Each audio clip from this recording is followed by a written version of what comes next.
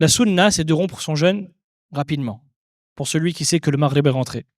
Mais si une personne rompt son jeûne et se rend compte qu'il a rompu son jeûne avant l'heure, il lui sera obligatoire de rattraper ce jour.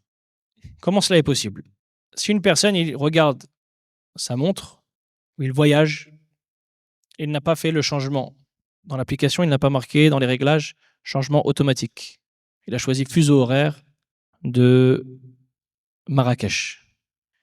Donc, il y a 1 heure de moins à Marrakech, c'est ça? Il arrive en France. Non, ça marche pas. On va faire l'inverse. Il part de France et il va à Marrakech. Et il reste à Marrakech plus de 4 jours. Sinon, il n'y a pas de problème. Il va, ou même s'il reste pas plus de 4 jours, lui, il a commencé à jeûner. Il arrive à Marrakech et il voit sur sa montre 19 heures. Et quand il est arrivé, il a demandé c'est à quelle heure le Maghreb? On lui a dit c'est à 18h40. Il a dit 19 heures, alors là, j'ai pris mes précautions. Il rompt son jeûne.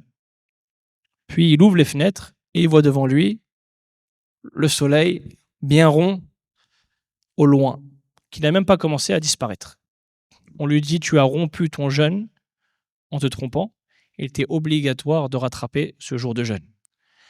À l'inverse de celui qui rompt son jeûne, qui mange, en oubliant qu'il jeûne. Vous voyez la différence?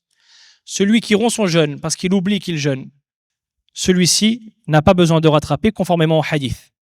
C'est une exception qui est venue. Il a mangé, il a oublié qu'il jeûnait. Après, subhanallah, il s'est rappelé. On lui dit que son jeûne est valide et qu'il le complète.